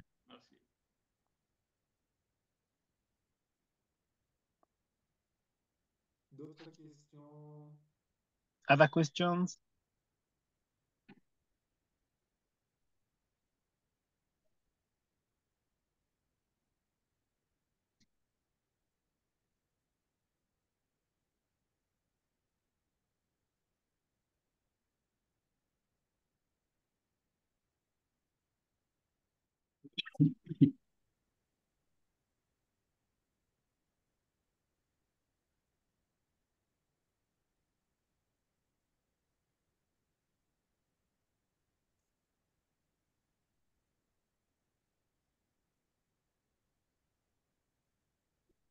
I think that you would probably need 2 to 3 minutes, and then you should be through, and then I'll hand over to you again, Ubedi, in 2 to 3 minutes.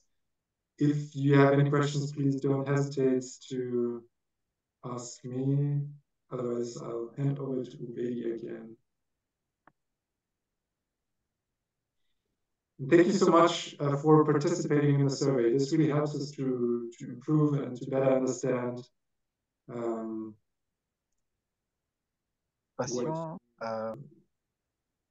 what other topics or where we could improve.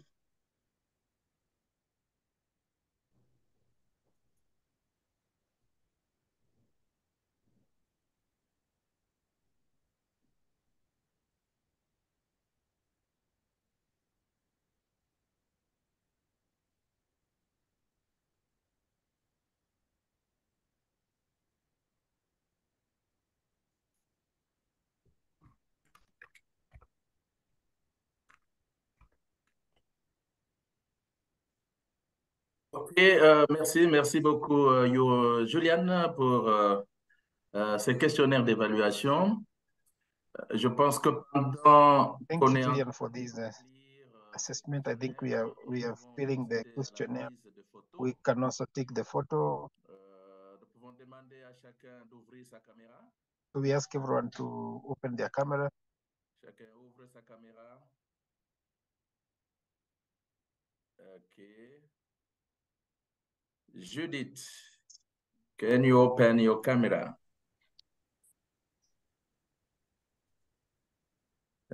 Et tout le monde ouvrez les caméras. Sinon, open your cameras. pas aussi Otherwise, you won't go to heaven. Oui, hein. Mais sinon, vous n'allez pas aller à chose à Dar es Salaam. Hein? You won't go to Dar es Salaam. Oui, comme punition. Je vois qu'il n'y en a pas qui ouvrent leur caméra. Vous allez manquer, vous allez rater. You will miss out.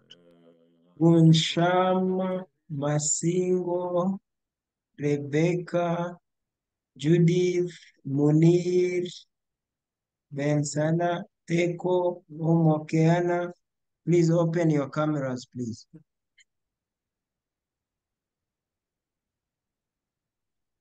All right. If they want Okay, to c'est open Soubier the camera, l'équipement. they can come. Yeah, I'm taking the picture. Yeah. I still have people with Okay. cameras, but it's okay. It's okay. So we are good. Thank you. Okay. Bah, pour que leur nom se voit quand même. Ok, merci beaucoup pour la photo du groupe. Thanks for the photo. Nous sommes à 14h15. So that's 15:15. Non, c'est pas fini. No, it's not finished. Inviter, We invite Monsieur Aimable qui va dire le mot de clôture de la Aimable du secrétaire exécutif. to us to say something on behalf of the PAFO CEO. Aimable is in charge of programs in PAFO. You say something to close. Thank you very much, Freddy Mumba, for the floor, and thank you all for the efforts and fruitful discussions along this session. Let me introduce myself, though Freddy had did it, but I'm Aimable Twagirayezu. I'm a programs officer at PAFO, and I'm glad to be here and meet you here today. And as he said, I was delegated by the CEO of PAFO, Dr. Babafemi Ayole, to deliver remarks on his behalf today. Let me now share the remarks. Ladies and gentlemen, distinguished participants, it is my pleasure to conclude this session of rich exchanges and reflections on the commercialization of agriculture in Africa. Throughout this meeting, we have been able to paint a picture of the current situation in our different regions. We have identified strengths and weaknesses, opportunities, and challenges in the commercialization of agriculture. The main conclusions are therefore number one, the economic potential of African agriculture is immense and largely untapped. Our regions are rich in fertile land, abundant water resources, and young and dynamic labor force. With adequate investment and appropriate policies, we can increase the productivity and the competitiveness of our agricultural sectors. Number two, farmers' organizations have a key role to play in meeting this challenge.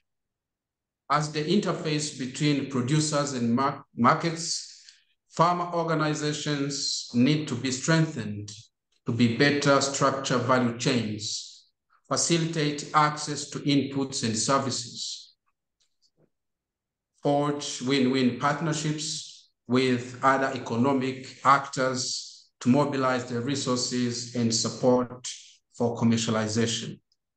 Number three, regional and continental integration is an opportunity to be seized. The African Continental Free Trade Area opens up the new opportunities for our agricultural products. But to effectively benefit from this initiative, we need to improve our competitiveness and compliance with standards. Ladies and gentlemen, I would like to highlight that one of the pillars of our current strategic plan is farming as business, with the objective of building the entrepreneurial capacity of our members so that they can participate effectively in the commercialization of their products for higher income and better welfare. Finally, our exchanges today have been rich and constructive. They provide us with concrete courses of action to advance the commercialization of African agriculture. But this is only the beginning. Now we must take actions. Farmers' organizations must engage in advocacy to take the messages to our governments and partners for the needed policy enabling environment and resources for commercialization of agriculture. Together, ladies and gentlemen, let us raise to the challenge of making agriculture the engine of economic and social transformation in our respective countries, regions, and the continent. So thank you very much for your attention and have a safe journey home. See you on the next session by PROPAC and SACAU on climate change, COP on 11th July. On behalf of the CEO, I declare the session closed. Thank you so much. Thank you so much. Merci, merci beaucoup. Nous sommes arrivés à la fin de notre session. Nous remercions notre ami aimable qui a dit le mot au nom du secrétaire exécutif de PAFO. Merci Obedi pour la modération. Merci Zouberi, merci Juliane, merci à tout le monde et au revoir. Bye bye. Au revoir. Merci. Thank you. Merci. Bye. Au revoir.